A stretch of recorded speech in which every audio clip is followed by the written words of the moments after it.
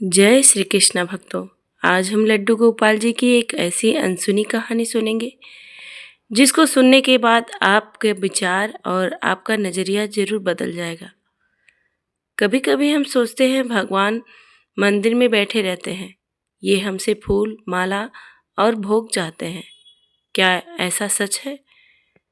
अगर ऐसा सच है तो भगवान फूल माला और माखन से ही प्रसन्न हो जाते? नहीं, भगवान किसी और चीज से प्रसन्न होते हैं। तो आज इस कहानी के माध्यम से जानते हैं, क्या आपके लड्डू गोपाल जी आपके साथ कभी लीला रचे हैं? जब आप कभी भोग लगा रही हो तो क्या अभी कभी आपको ऐसा महसूस हुआ हो कि लड्डू गोपाल आपके सामने साक्षात खड़े हैं? अगर हाँ तो राधे राधे जरूर लिखिएगा। तो चलिए लड्डू गोपाल जी की ये अनोखी महिमा के बारे में जानते हैं। तो सभी लोग कथा को अंत तक सुनिएगा और वीडियो को लाइक करके चैनल को सब्सक्राइब कर लीजिएगा। वृंदावन की एक छोटी सी कुटिया में एक बूढ़ी माई रहा करती थी, जिनको सब लोग काकी काकी कहा करते थे। काकी अपने लड्डू गोपाल जी की खूब सेवा किया करती। सुबह से लेकर शाम तक उन्हीं को निहारती, उनके पोशाक बदलती और उनकी सेवा में लगी रहती। हमेशा सुई घड़ी की देखती रहती, कितने बजे कितने बजे।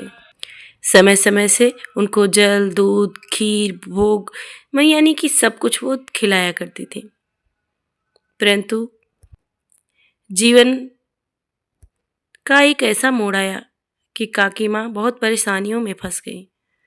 जैसे कि उस साल वर्षा ही नहीं हुई और अकाल पड़ने लगा। किसी के खेतों में ना गेहूं ना चावल, कुछ भी नहीं हुआ। सभी के घर में अनाज खत्म हो गए थे। काकी माँ भी बहुत कम अनाज खा के ही रहा करती थी। एक साल तो ऐसे ही बीत गए। परंतु जब दूसरा साल लगा तो घर में कुछ अनाज नहीं बचे थे। अकाल पड़ने लगा। सभी लोग उस गांव से भाग भाग के दूसरे जाके जगह रहने लगे। काकी माँ के पास एक मुट्ठी चावल बचा हुआ था। वह सोचने लगी, आज बहुत दिन हो गया, हमारा लल्ला ऐसे ही भूखा बैठा है, बस जल पी के रह रहा है। तो मैं ऐसा करती हूँ, इस एक मुट्ठी चावल को पकाती हूँ और अपने तारंकन लल्ला को भोग लगाती हूँ। बूढ़ी माई स्नान करती हैं, मंदिर में सभी भगवान को प्रणाम करती हैं और उस चावल का खीर बनाती हैं। खीर बनाने के बाद वो थाली में सजा ही रही थी। भगवान के समक्ष रख के थाली में सजा के रख ही रही थी, इतने में छोटे बच्चे की रोने की आवाज आती है। काकी माई जब अपने डोर पे जाती हैं तो देखती हैं वहां पे एक छोटा बच्चा रो रहा है। अब भक्ति में मैया ऐसी फंस गई थी, एक तरफ उनके लाला जो प्राणों से प्यारे थे और उनका भोग था, और एक तरफ वो मरता हुआ बच्चा था। माई थोड़ी देर ठहरी और हाथ जोड़ के प्रभु के सामने खड़ी हो गई। कहने लगी, तारंकन लल्ला, ये तेरा ही स्वरूप है जो आज भूखा है। ऐसा लग रहा है जैसे खाने के लिए कई सालों से गुजर गया हो, नहीं मिला हो उसे। बहुत गरीब लग रहा है देखने में। तारंकन लल्ला, तू तो जगत का पालनहार है, भला तू कैसे भूखा रह सकता है? ये तो मेरे भाव थे जो मैं तुझे खीर बना के खिला रही थी। उसके बाद मैया अंदर से तो दुखी हो जाती हैं कि मेरा लल्ला कुछ पाएगा नहीं, परंतु वो खीर का कटोरा ले जाके उस बच्चे को दे देती हैं। बच्चा बहुत खुश हो जाता है और बैठ के भोजन ग्रहण करता है। थोड़ी देर बाद वह बच्चा जल पीकर चला जाता है। मैया आती है अंदर, तारंकन लल्ला से कहती हैं, प्रभु आज मुझे क्षमा कर दीजिएगा, आज मैं आपके नाम से बनाया हुआ भोजन किसी और को दे दी। उसके बाद मैया उदास हो जाती हैं, सोचती हैं अब तो घर में एक भी अनाज नहीं है, अब क्या होगा।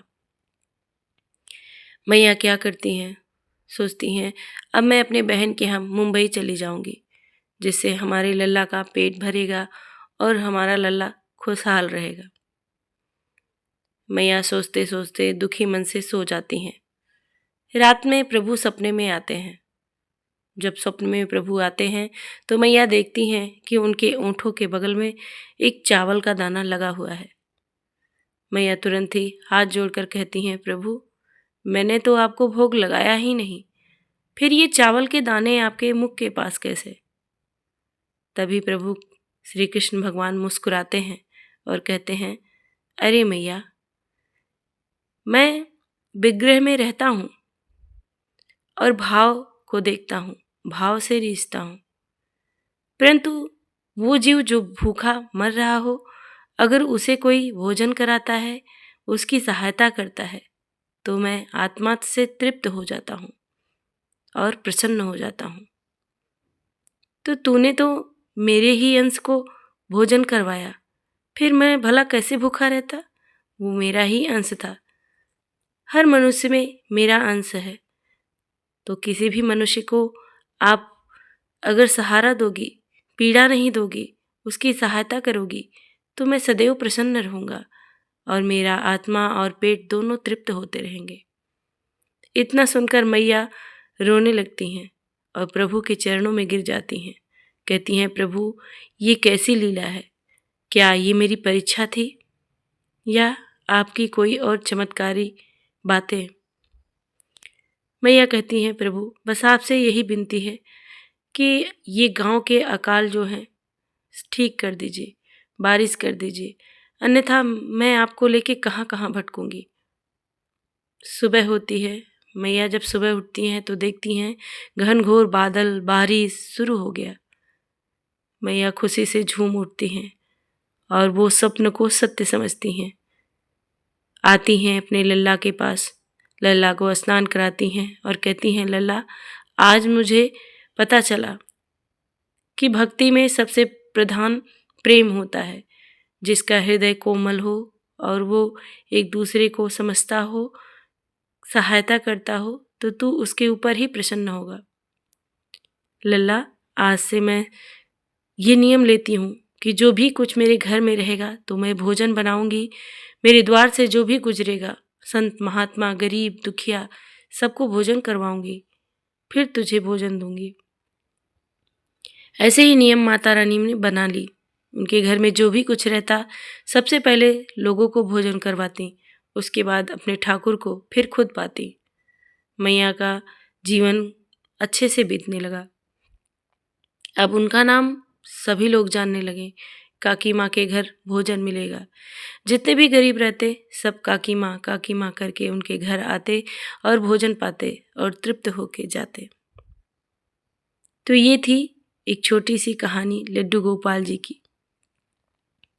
तो इस कहानी के माध्यम से हमें यह पता चला कि भगवान 56 भोग के भूखे नहीं हैं, वो तो भाव के भूखे हैं, हमारी श्रद्धा के भूखे हैं। यदि हम किसी के दिल को ठेस पहुंचाते हैं, दुख पहुंचाते हैं, तो हमारा 56 भोग भी बेकार है। अगर हम सूखी रोटी भी भगवान को देते हैं और दया भाव रखते हैं, प्रेम रखते हैं, तो वो सूखी रोटी भी प्रभु ग्रहण कर लेते हैं। तो ये थी छोटी सी लीला जो कान्हा जी की, आपको अच्छी ज़रूर लगी होगी। तो कमेंट बॉक्स में राधे राधे लिखकर ज़रूर जाइएगा। मिलते हैं नई लीला कथा के साथ। तब तक के लिए नमस्कार। जय श्री कृष्णा। राधे राधे।